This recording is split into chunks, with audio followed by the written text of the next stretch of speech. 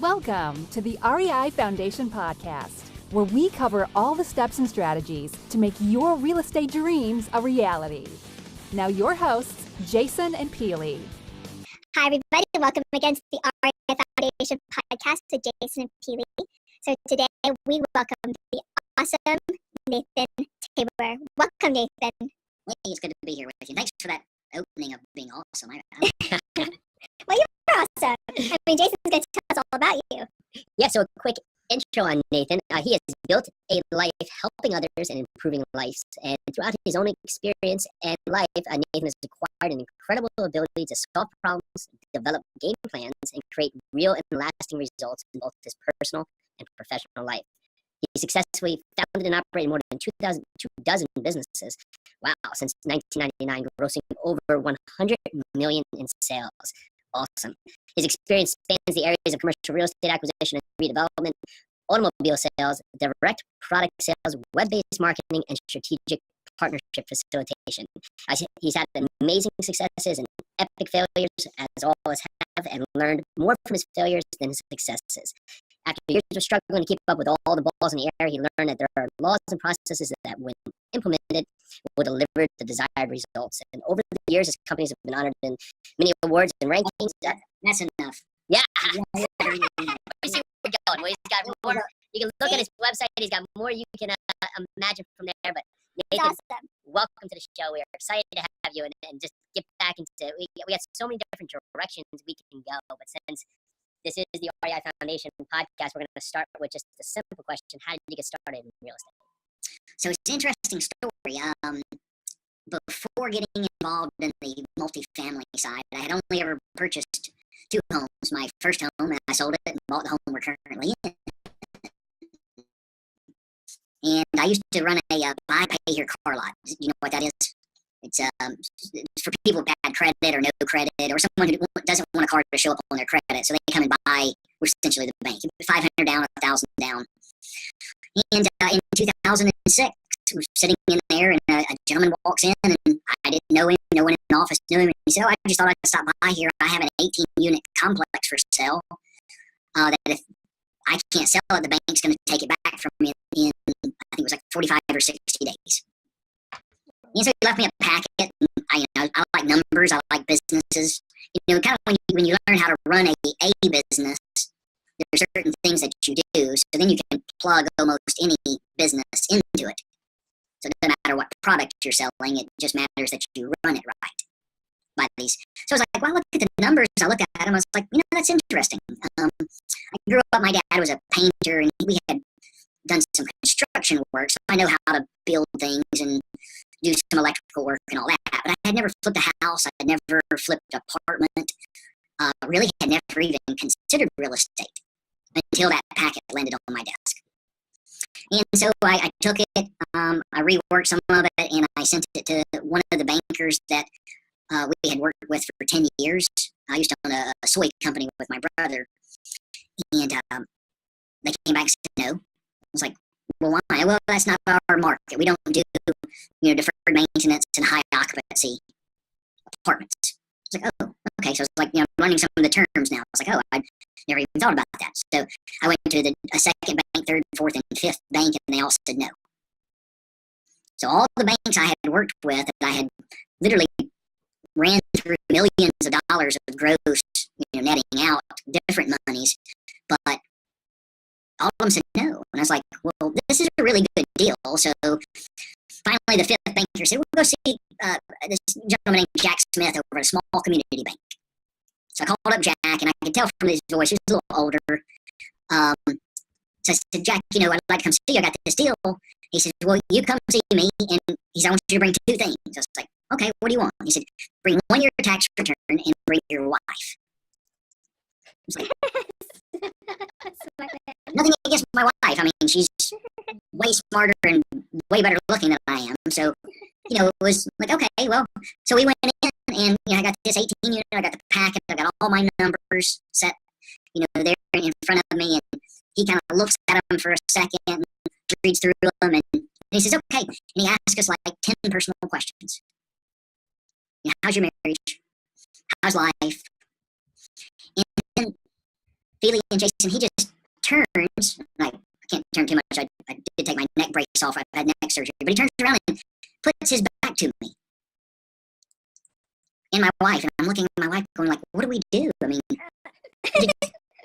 if I just turned around and in mid-conversation with you and put my back, started typing on my computer, you would be like, wow, this guy's... Is that a no? Yeah.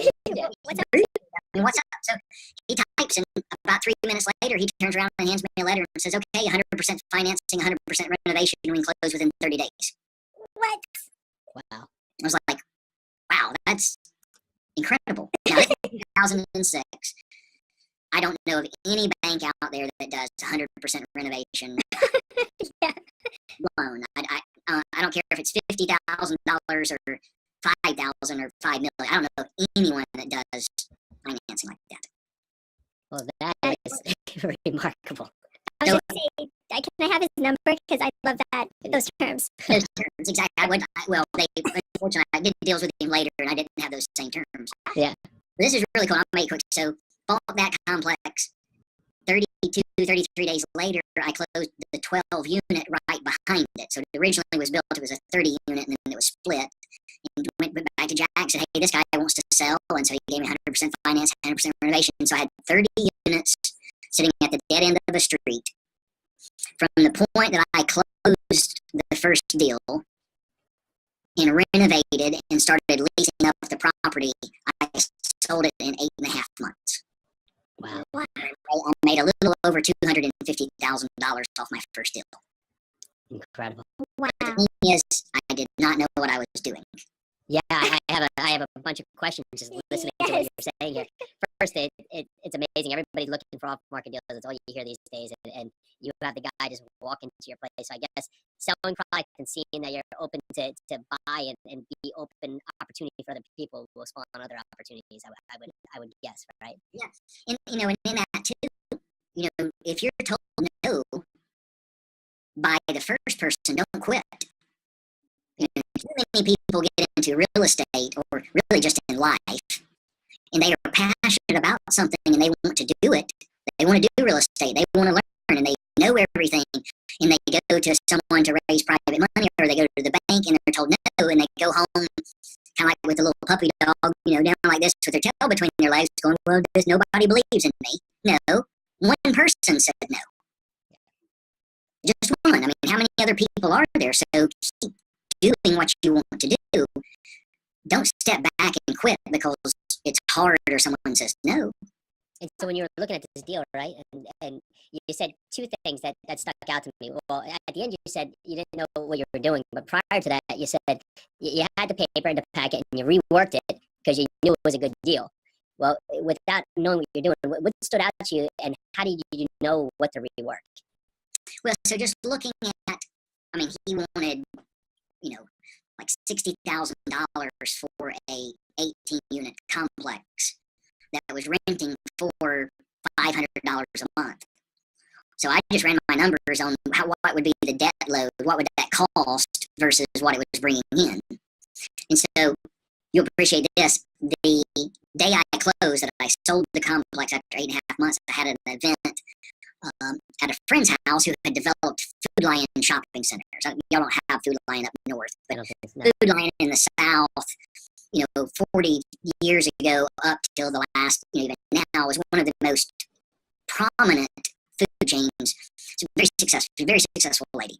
And as I'm leaving her event, she says, hey, Nathan, she said, congratulations on the deal you closed. Just curious, what was the cap rate? In my mind, I immediately start thinking cap rate. Is that the roof?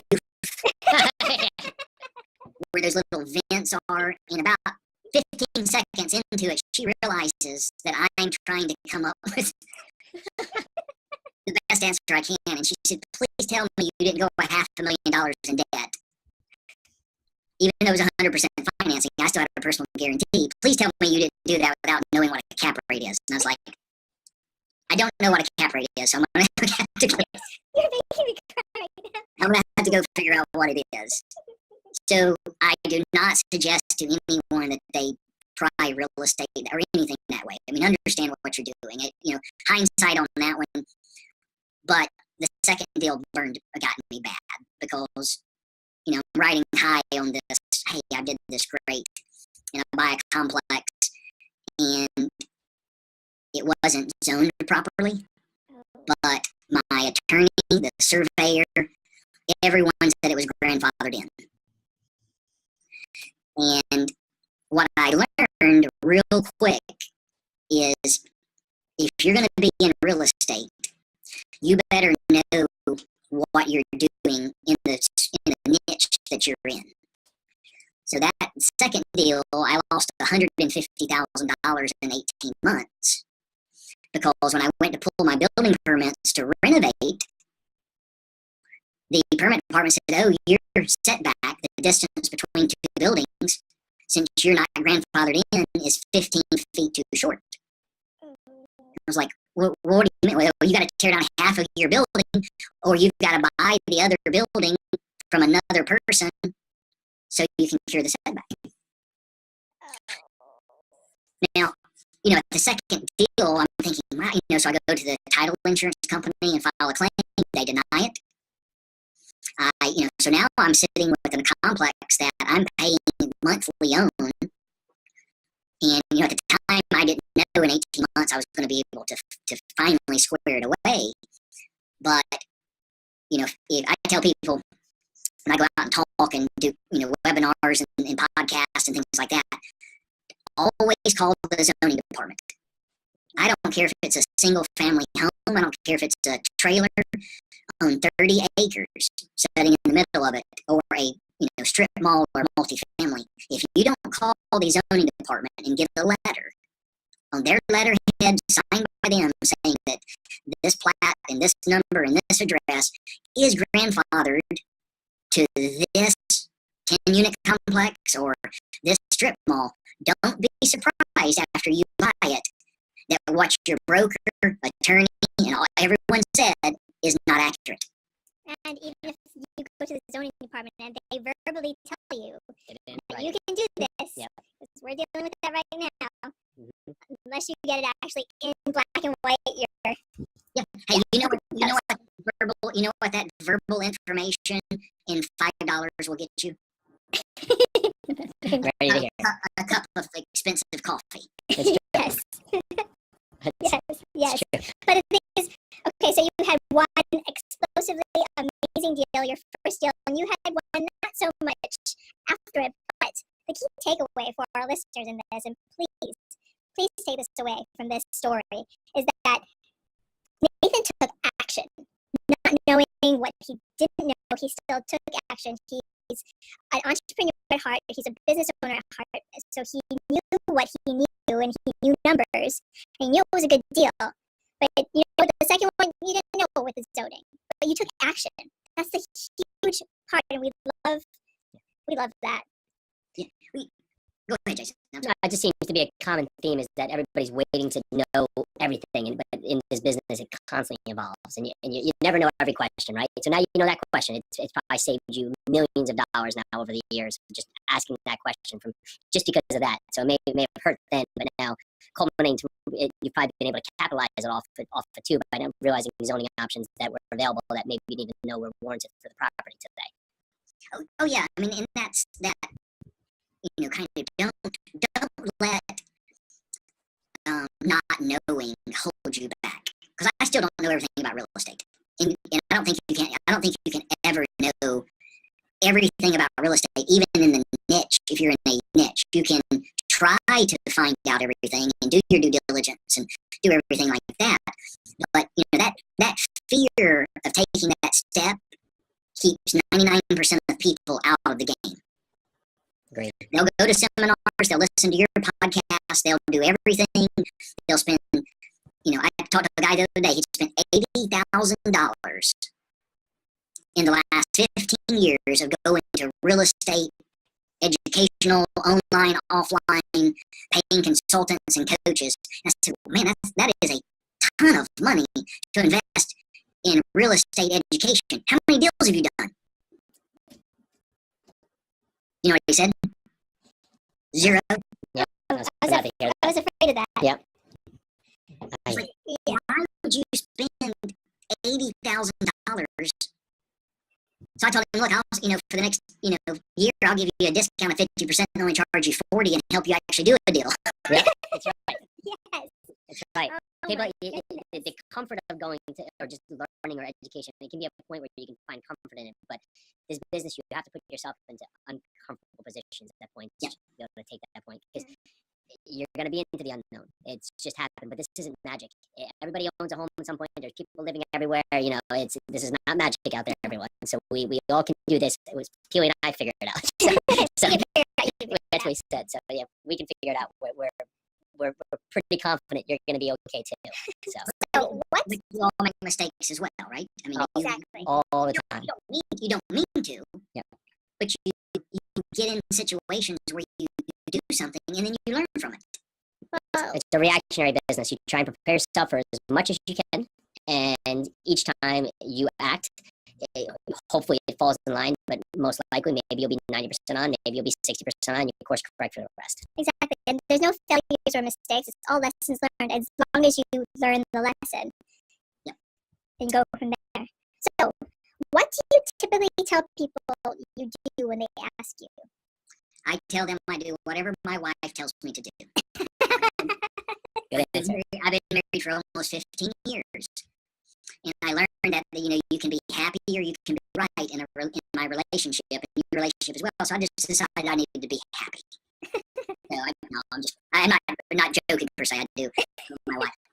I tell people what I do now. I am a real estate investor, but I look at my role more as a facilitator because I'm finding deals that are off the market. I'm finding deals that people have, there's issues there that they owe more on it than it's worth currently. But if it were renovated and stabilized, they owe half of what it's worth. So, a lot of people don't understand this. If you want to be really successful in real estate, in my opinion, it's built on relationships. It's built on getting to know brokers. It's getting on, knowing people in the community, meeting property management companies, surveyors, appraisers, attorneys, we call them dirt lawyers, attorneys. So when they hear of this, what you're looking for, and I do want to talk about that, what's the term of real estate investor. So I kind of tell people that's what I do is, yes, I am a real estate investor, but the way I find it is through relationships, facilitating, helping someone get what they want in return, then they'll help me get what I want. That's amazing. So in order to run your business, you give value. That's great. Value.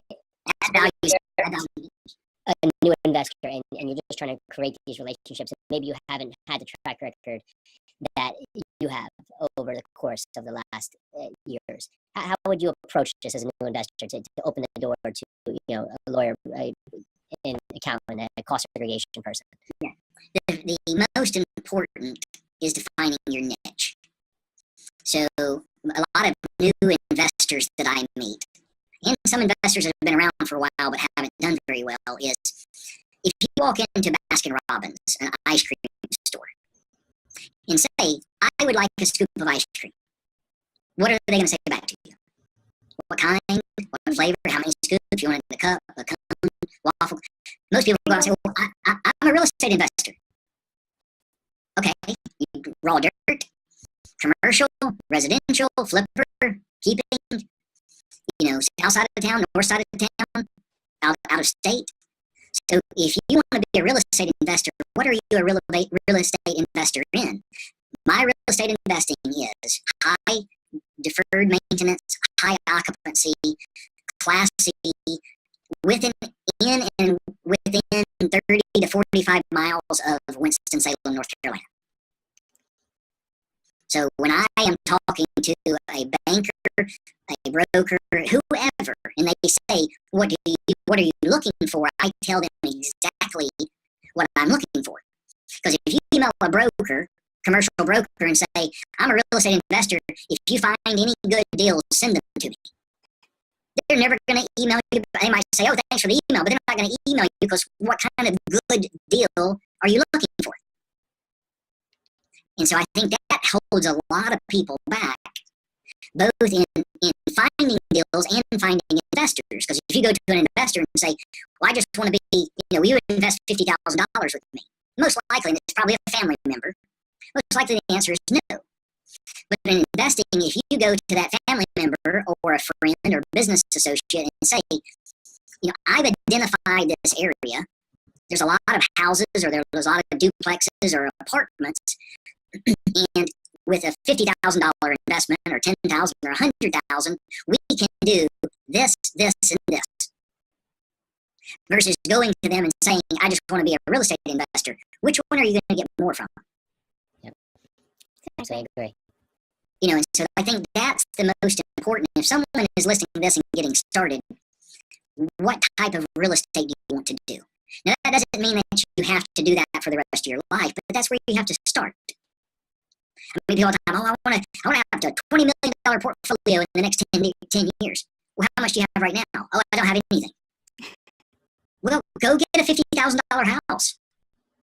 Do what you can and build off of it. So that's my advice on that. I love that advice. I love it. I mean, what he's basically saying is have your elevator speech.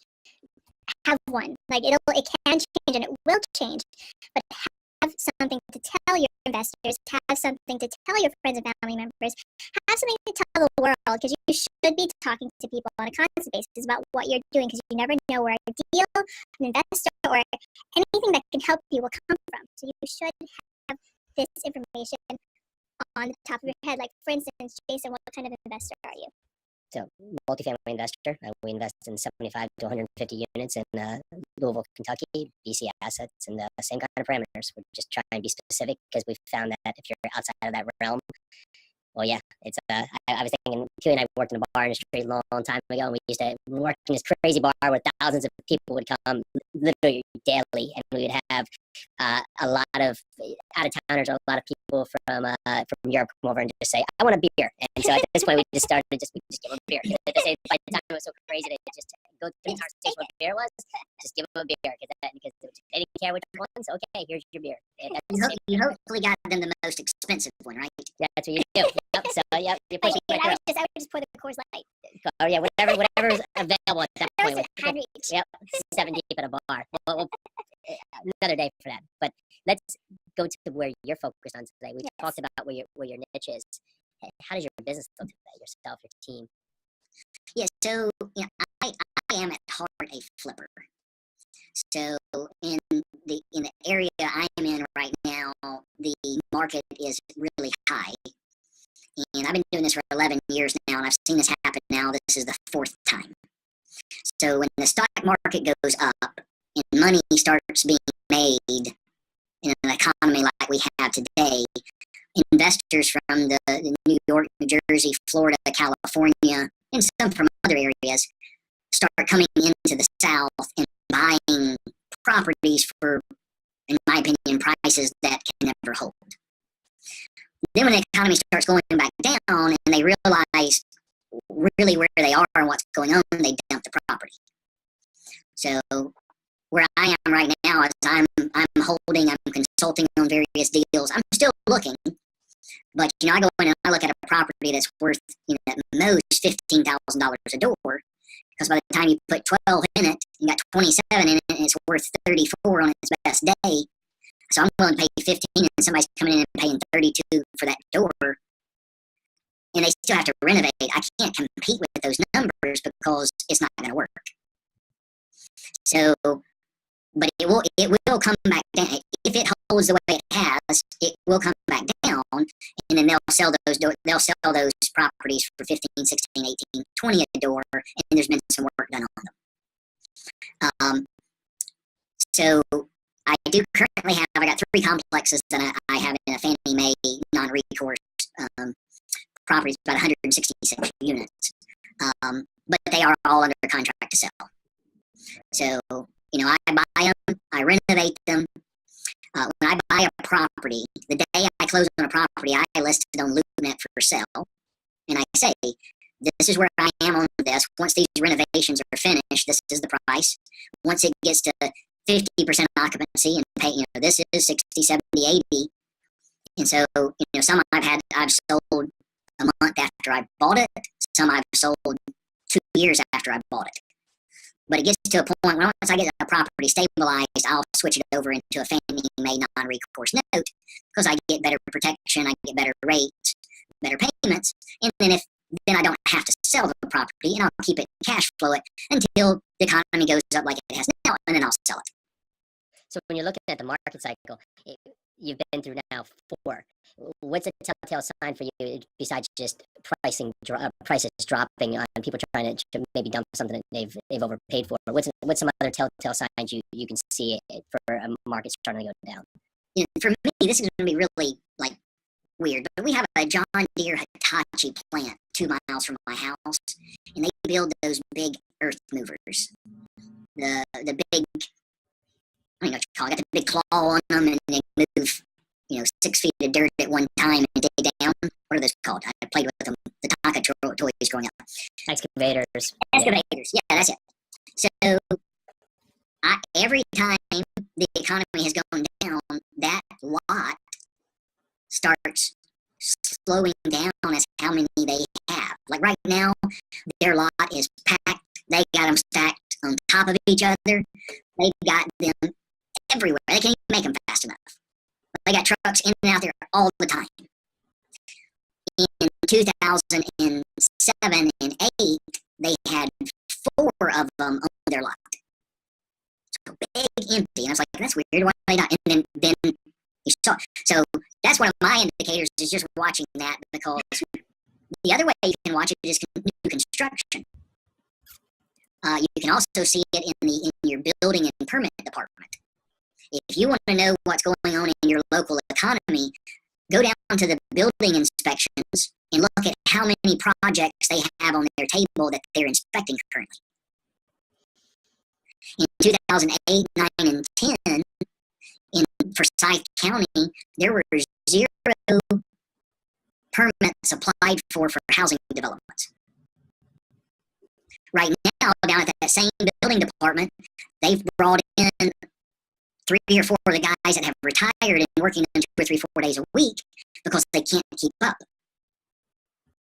So you can watch the stock market too. But I've learned that the stock market can give you a false read on at least the building, the real estate side. But look at what's being built in your area. But go to the building inspections department and see are people, because if they're not pulling building permits, that means they can't get the money. And when the money starts to dry up, that banks and investors are holding out. Invaluable tips. Yeah. That was awesome. Yeah, that was great. Thank you for that. Tips right there. And I also want to go back to your systems. You gave us a little clue into how you work your systems. So Jason and I, we acquire apartment buildings, and we also fix and flip. But you have taken the both and sort of just meshed them together. You flip apartment buildings. So tell us your systems from acquisition to closing. Disposition. Yes. So in the you approach this if you're flipping the same way as if you're going to keep it, because the assumption has to be if I don't sell it, I got to keep it. That's amazing. And you have multiple exit strategies, which is. And you have multiple. I tell people, I say, well, you can flip a property, but you just flip it to another LLC that you own. It's still flipping it. It's not necessarily how you started out to.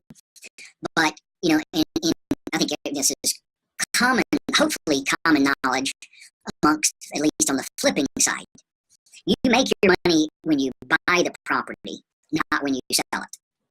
Yes.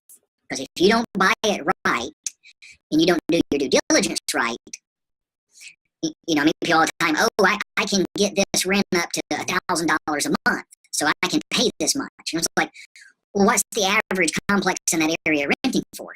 Oh, $650 a month. And I said, what's the high? $800. And I was like, so you think you're going to get to 1,000?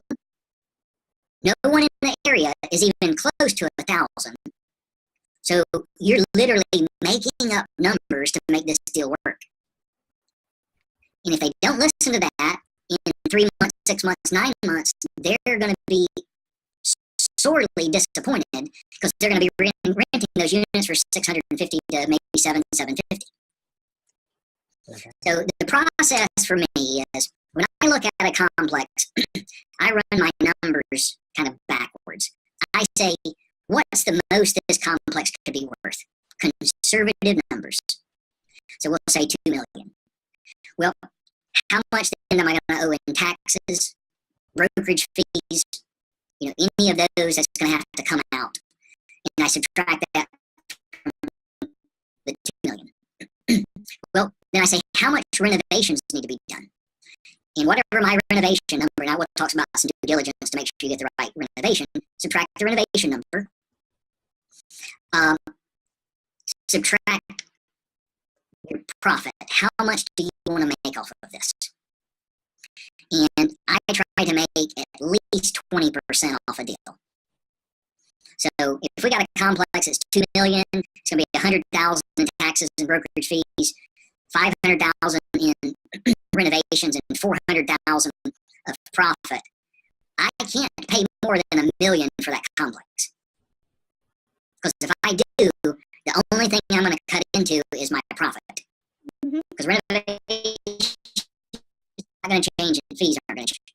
So if someone comes into a deal like that and they say, oh, well, I can pay 1.3 million for this deal and still make money. Yes, you can, but you only can make 100,000 if nothing goes wrong. Because the other numbers aren't changeable. So that's how I run the first system that I look at is not what will they sell it for. That number doesn't matter. So you take the fourth deal I ever did. I went over and walked through the complex and just did a quick, and by this time I'd figured out what I was doing. So I went through, it was a 60-unit complex, came up with all my numbers, figured out what my renovation costs were going to be. They were asking $2.2 million for the property.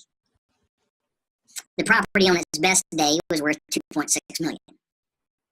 But it needed almost $1 million worth of renovations. So I wrote a contract. I didn't call the broker. I just wrote the contract out for $1,075,000. Faxed it to him. Didn't get a phone call, didn't get an email, but 15 minutes later, I had a signed contract back accepting my offer. No counter, no nothing. They accepted it. What I did in that offer is I told them, I wrote out the offer, but then I put 3 sheets behind the offer and said, look, I don't know you, you don't know me, and I don't mean to offend you. But for me to make money on this is what I have to, this is the most I can pay for this, and this is why.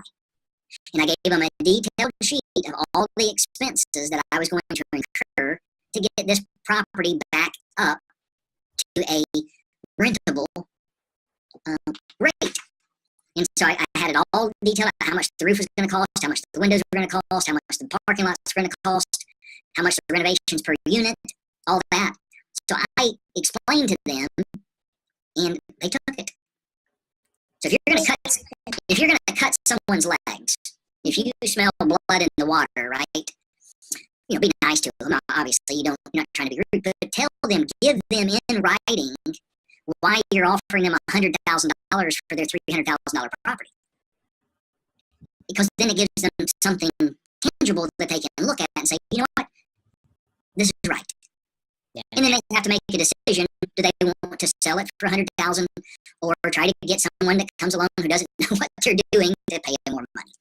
Yeah, that's a great point, because you might not actually even be getting that letter to the end person, the seller, too. So you're setting up the person who is going to present the deal with how to present the deal, so it doesn't just look like you're lowballing them. And so it protects the broker too, right? The broker doesn't have to go. The broker can say, "Oh, look, he's already explained, or she's already explained why they're making this offer." Brokers appreciate that so much, no matter what aspect of real estate you're in. If you're going to come with a lower offer than what is at list price, have an explanation. That's key. So how are you trying to improve your business today? So my number one rule that I've got burned on, that I've lost money on, 99% of my mistakes, errors, things I didn't know about, some mistakes I made, but mistakes that were made that I didn't even know about, like the zoning issue, is due diligence. So from the period that they accept your offer to the period that your due diligence closes, not the property closing, but the 30 days or 45 or 60 or whatever you negotiate. Because if you miss rotten floors underneath the toilets, or you miss that a septic pipe is stopped up underneath the building, which I missed, talked to every tenant said nothing, that their toilet and bathtub weekly was backing up with raw sewage. So I close on a deal, and I close on a Friday afternoon, Friday night at 2 a.m., my phone is blowing up. Tenants complaining about raw sewage. I was like, how did I miss that? I mean, like, we had our questionnaires that everybody went through, and by the next deal I had figured out, when you buy a complex, or looking at buying a complex, go get 2 years worth of city complaints, housing authority, different areas call it different things. But go get 2 years worth and sit down with an Excel sheet, like your rent roll, delete all your numbers from the rent roll and enter in all the all the code violations, everything that's been cited for the last 2 years. You know what you'll find? Patterns. If you see raw sewage, do you know what that means? There's a pipe somewhere stopped up. And if you don't find that, you will spend $84,000 moving 20 tenants out from the bottom, jackhammering the 2 feet or 2.5 feet of the concrete to dig 3 feet down to replace the main sewer line underneath the complex, because it has collapsed in multiple places with rock and tree limbs and all kinds of stuff, and you lose money on the deal.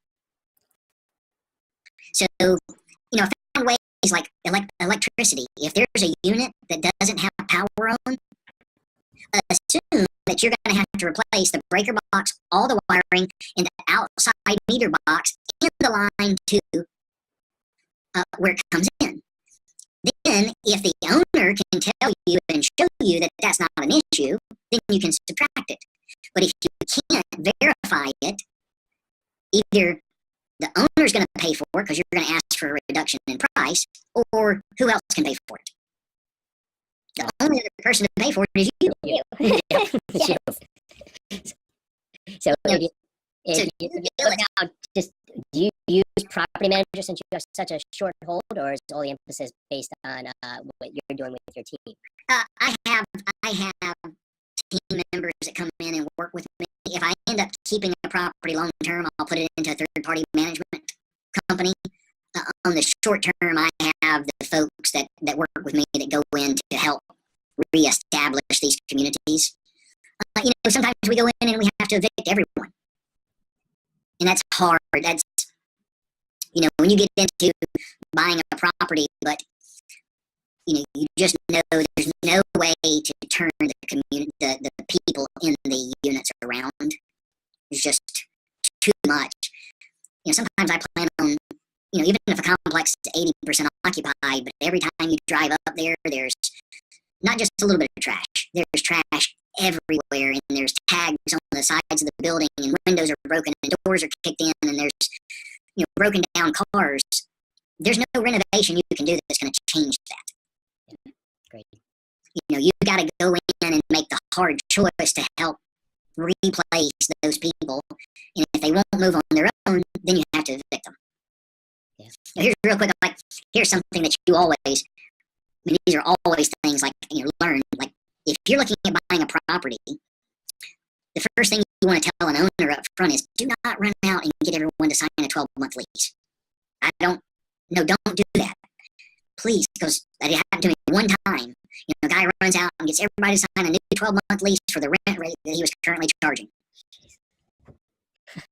You're stuck with it. There's nothing you can do. The only way you can evict someone then is if they miss a payment. But if they're month to month, you can evict them based on the lease is up and you want them to move.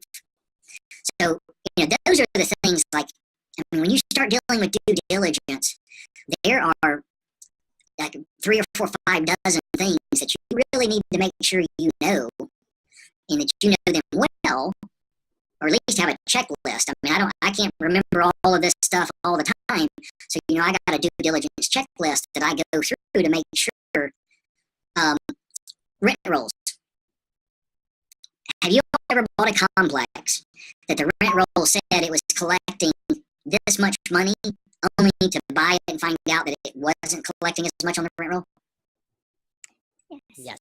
We Yes. made a mistake. Yep. So in all 50 states, do you know what a rent roll is worth when it comes to the due diligence side?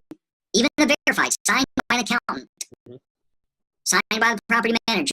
Do you know what a rent roll is worth? Absolutely. It's worth your verbal commitment and $5 for a cup of coffee and where it's written on. Yep. That's all a rent roll is. A rent roll is simply a breakdown of the lease. It says that Unit A has this tenant in it, and the lease says they'll pay this much a month. They signed it here, and it ends here, and their security deposit is this. It does not mean they're paying that much. It does not mean that they've paid that month. If there's someone listening who's trying to figure out, well, amazing, how do I prevent myself from making all these mistakes because I don't know what kind of checklist to build out. Where would be somewhere they could start with building out a checklist or leaning on someone for a checklist? Yeah, well, so I do consulting in that, but I also have an online course. They can go. I don't know. Do you guys have? Do y'all? I know y'all have your podcast, and I don't ever want to step on. Because thank you very much for having me. 100%, go for it. We have a product, but we haven't gone out to market yet. So Okay. All right. So you go to apartments.nathantabor.com, and that's apartments. And then Nathan TABOR. I don't know who is pronounced ER, but TABOR.com. And my course is really, mine is focused. I don't tell you a little bit how to find properties, but it's more like, relationship. My core is defining your niche, defining your business plan, and due diligence. That is really, I got other little chapters in the book and on the course, but. And the book is called How to Finance, Fix, and Flip Apartments. If anybody was thinking we were outside that box, we're right there. Yeah. Look at that. I'm reading it now. Yeah, read it. In due diligence, whether you're doing single family or whatever type of real estate you're doing, due diligence is the key.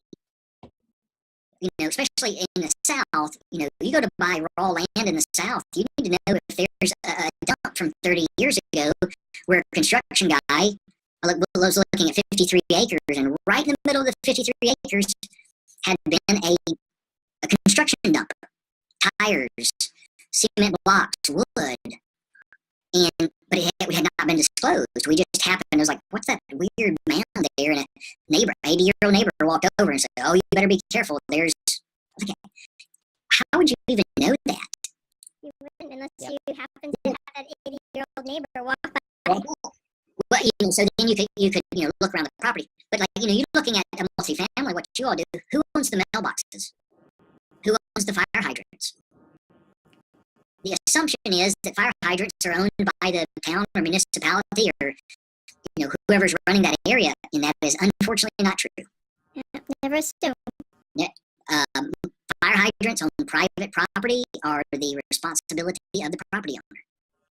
And they're expensive. Thankfully, I've never gotten burned with that one. I know some people who have. But why would you think about stuff like that, right? But if you're going to do this and you want to do it full time and you want to do it serious and make money, you got to make sure you know those steps. In the rent roll, the only way to verify cash flow, bank statements. That's the only, and if someone will not give you their bank statements, automatically assume, I've had to go, I've got other stuff. Look, I don't care about your other stuff. I want to see what you brought in from this complex and what you deposited. I don't even believe tax returns. Because you know what the IRS doesn't care about? If you want to be a criminal in the sense and put that you made more than you actually did, the IRS doesn't care about that part. What they care about is if you underreport.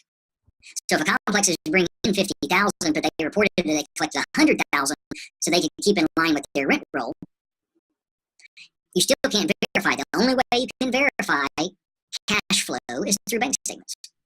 And if you buy a complex and you don't see the bank statement, don't be shocked if you collect less than what it says you should on the rent roll. So always verify. Thank you so much for that.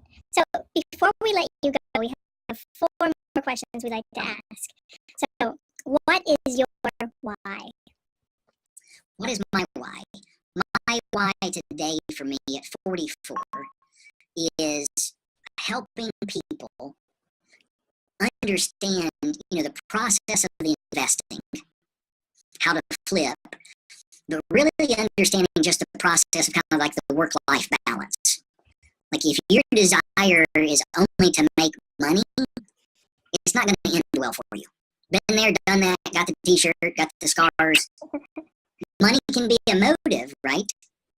But your why should be, after I started doing this, I did it for the first few years, it was all about the money. But, then I realized this is a community. This is someone's home that you're dealing with. This is where people, I've bought complexes where people live there for 45 years. And so the why in this is, for me, is just helping. So helping the tenants, helping investors, helping people who work for me, making sure they're paid right, not trying to undercut. I always try to save money, but not, cheating someone, not being unfair in my pricing. And then getting people to understand, like, if you're married, you have kids, that should be your number one responsibility. Because you'll wake up one day and have money and they'll be grown and gone. Yeah. Sorry, that was a long answer to your short. No, it's great. We should have you back to touch on work-life balance, because it's an integral part that you can't factor out, because there's always something that gets pushed aside if you're not finding that balance. So thank you for that. Yeah. So, do you have a morning routine? I do have a morning routine. I don't, I never mean to offend anybody, but I get up and I try to every morning. I try to read a proverb out of the Bible. And it's amazing. Yes, it's the scripture and it's God's word, but if you take the proverbs out, a soft answer turns away wrath. Well, relationship-wise, if you're kind in your words, and in my book I talk about this, I could have saved probably $300,000 on legal fees if I had just shut my mouth for a minute and listened. But instead of immediately, I'm right, you're wrong, and that's never the case. So I like to continuously read over and over to, hey, these are good things to implement in my life. There's a reason why so many people have and continue to have followed that book. So I was reading You read the light switch and what was the Chris Watt, Never Split the Difference, 2 books about the power of listening. And yeah, you couldn't be more correct on that. Something about having 2 ears and 1 mouth. We need to remember that, right? Yeah. What are some words you live by? Business-wise, my slogan above my desk is the answer is always no until you ask. Don't automatically assume that someone is going to say no. I've been told no many times in my life. But Jason, just like you and Feely, you had to ask her to marry you, right? You married way above your means. I know. So did I. Covered that, yep. But if I'd never asked my wife to marry me, she would have never said yes. Had I stopped at the 5th bank, I never would have been told yes. So if you want something, don't take no for an answer. Don't be a stalker. Don't be, don't do any of that. But, go for it. You stalked him. Well, I say my wife did. She didn't. I said she wouldn't leave me alone. She kept going So I finally was like, well, if she's gonna hang around this much, I guess I'll marry her. But that's Exactly. Exactly. That's great. This has been amazing. So you gave us your email address already, your website. Is there any other ways people can contact you? On Facebook, I'm on LinkedIn. If you just put in Nathan Tabor, I don't have a goatee. That's my pictures and Only for podcasts. yeah, well, as soon as I get rid of my neck brace, here No. my neck surgery 2 weeks ago, it will be gone. But those are the ways they can get in touch with me. And I'll be more than happy to answer.